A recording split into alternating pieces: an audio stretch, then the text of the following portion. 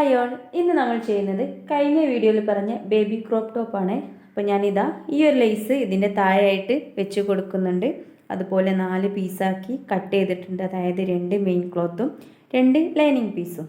രണ്ടും ഞാൻ ഷേപ്പ് അനുസരിച്ച് കട്ട് ചെയ്ത് വെച്ചിട്ടുണ്ട്. 1 ഇയർ ബേബിക്ക് വേണ്ടിയിട്ടുള്ളതാണ്. അതുകൊണ്ട് ഞാൻ ഇതിൻ്റെ ഷോൾഡർ എടുത്തിട്ടുള്ളത് 4ഉം ആം ഹോൾ 4, ലെങ്ത്ത് വന്നിട്ട് 11ൻ്റെ ആവശ്യം നമുക്കില്ല. തയ്യൽ തുമ്പ് താഴെയും മുകളിലും പോകുന്നത് കൊണ്ടാണ് 11 എടുത്തത്. 9.5 വേണ്ടത് നമുക്ക് ലെങ്ത്ത് വേണ്ടത്. ചെസ്റ്റ് വന്നിട്ട് 6 എടുത്തിട്ടുള്ളത്. 5 മതി, 1 ഇഞ്ച് തയ്യൽ തുമ്പാണ്. അതുപോലെ ഇവിടെയും 1 ഇഞ്ച് എക്സ്ട്രാ തയ്യൽ തുമ്പ് എടുത്തിട്ട് 6 തന്നെ എടുത്തിട്ടുണ്ട്.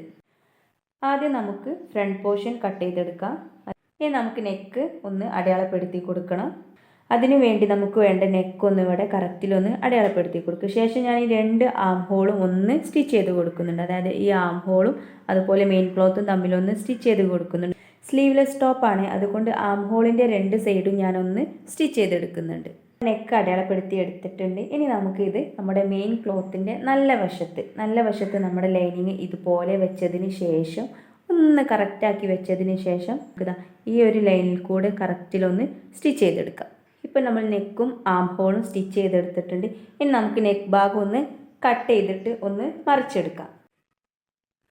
ഇപ്പോൾ ഇതാ നമ്മൾ ഇതുപോലെ നെക്ക് കട്ട് ചെയ്തെടുത്തിട്ടുണ്ട്. ഇനി നമുക്കിതൊന്ന് മറിച്ചെടുക്കാം. ഇതുപോലെ ഒന്ന് മറിച്ചെടുക്കാം കേട്ടോ.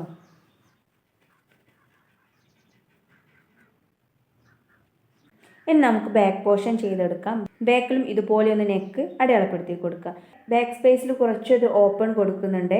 അതിന് വേണ്ടിയിട്ട് നമുക്ക് ഇവിടെയും കൂടെ ഒന്ന് അടയാളപ്പെടുത്തി കൊടുക്കാം.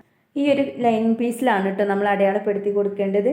ഞാനിവിടെ നെക്ക് അടയാളപ്പെടുത്തി കൊടുത്തിട്ടുണ്ട്. നമ്മുടെ നെക്ക് 2.5 ഇഞ്ചിലാണ് അടയാളപ്പെടുത്തി കൊടുത്തത്. ഇനി നമുക്കിവിടെ ബാക്ക് പോർഷനിൽ ഓപ്പൺ ചെയ്യാൻ വേണ്ടിയിട്ട് ഇതുപോലെ ഒന്ന് നമ്മൾക്ക് എത്രയാണോ ലെങ്ത്ത് വരുന്നതെന്ന് എടുക്കുക. ഞാൻ പറഞ്ഞത് ഇവിടെ 9.5 എനിക്ക് വേണ്ട ലെങ്ത്ത്.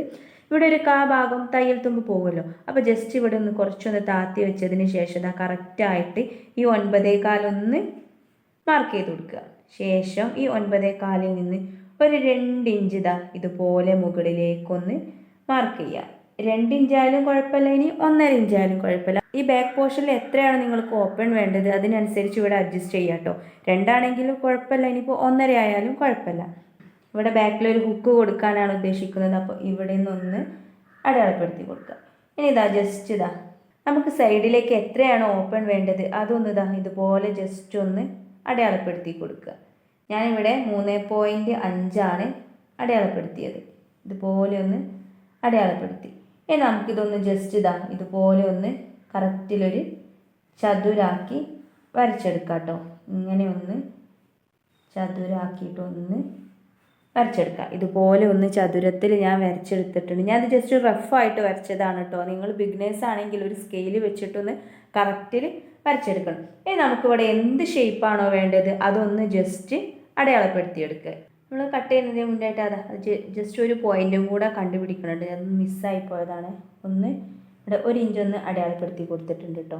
ഈ ഒരു 3 പോയിൻറ്റിനെ നമുക്കൊന്ന് യോജിപ്പിച്ചെടുക്കാം. ഞാനിവിടെ ഒരു സർക്കിളാണ് ചെയ്യാൻ പോകുന്നത്. ഇതുപോലെ ഒന്ന് വരച്ചെടുക്കാം. റഫായിട്ടാണ് ഞാൻ വരക്കുന്നത്. നിങ്ങളിത് കറക്റ്റിൽ വരച്ചെടുക്കണേ. ഈ ഒരു ഷേപ്പാണ് കേട്ടോ എനിക്ക് കിട്ടിയത്. ഇപ്പോൾ ഇതുപോലെ വരച്ചെടുത്തിട്ടുണ്ട്. ഇപ്പോൾ നമ്മൾ ഒരു ഭാഗത്തല്ലേ വരച്ചിട്ടുള്ളൂ, ഇനി അത് മറ്റേ സൈഡിലേക്കും കൂടെ കിട്ടണം. അതിന് വേണ്ടിയിട്ട് ഇതുപോലെ ഒന്ന് നിവർത്തി വെക്കാം. എന്നിട്ട് ജസ്റ്റ് ഇങ്ങോട്ടൊന്ന് തിരിച്ച് വെച്ചതിന് ശേഷം ജസ്റ്റ് ഒന്ന് ഇതുപോലെ പ്രസ് ചെയ്ത് കൊടുക്കുക. അങ്ങനെ ഒന്ന് പ്രസ് ചെയ്ത് കൊടുത്താൽ നമുക്ക് കറക്റ്റിൽ കിട്ടും. ഈ എല്ലാ ഭാഗവും കറക്റ്റാക്കി പിടിക്കണേ. ഇങ്ങനെ ഒന്ന് ചെയ്തെടുക്കാം കേട്ടോ. എന്നിട്ട് ഇതൊന്ന് നിവർത്തിയിട്ട് ഇനി ഇതൊക്കെ നമുക്ക് കറക്റ്റിൽ ചെയ്തെടുക്കാം കേട്ടോ. ഒന്ന് വരച്ചെടുക്കുക. ഒന്ന് വരച്ചെടുക്കാം. അപ്പോൾ ഇതുപോലെ കിട്ടിയിട്ടുണ്ട്. ഇനി നമ്മുടെ മെയിൻ ക്ലോത്ത് എടുക്കുക. മെയിൻ ക്ലോത്തിൻ്റെ നല്ല വശം വെക്കുക. ശേഷം ഇതുപോലെ ഒന്ന് ഈ ഒരു ക്ലോത്ത് നമ്മൾ മുകളിൽ വെച്ച് കൊടുക്കുക. ഈ പോയിൻറ്റ്സിലൂടെയൊക്കെ ഒന്ന് കറക്റ്റായിട്ട് സ്റ്റിച്ച് ചെയ്തെടുക്കുക. നെക്ക് കറക്റ്റായിട്ട് റൗണ്ടിൽ സ്റ്റിച്ച് ചെയ്തെടുക്കുന്നില്ല. കാരണം ഇവിടെ നമുക്ക് ഓപ്പൺ വേണമല്ലോ, കാരണം ഇവിടെ ഹുക്ക് വെച്ച് കൊടുക്കുകയാണല്ലോ. അപ്പോൾ അതിന് വേണ്ടിയിട്ട് ഇവിടുന്ന് കറക്റ്റിലൊന്ന് അടിച്ചു വന്നിട്ട് ഇവിടെ നിർത്തുക. ഇവിടെ ഒന്ന് കുത്തി നിർത്തിയതിന് ശേഷം വീണ്ടും ഇതാ ഇതുപോലെ ഇങ്ങനെ ഒന്ന് ഈ റൗണ്ടിൽ കൂടെ സ്റ്റിച്ച് ചെയ്തെടുക്കുക. ഇവിടെ വന്ന് നിർത്തുക. എന്നിട്ട് ഇതാ ഇതുപോലെ സ്റ്റിച്ച് ചെയ്തെടുക്കുക.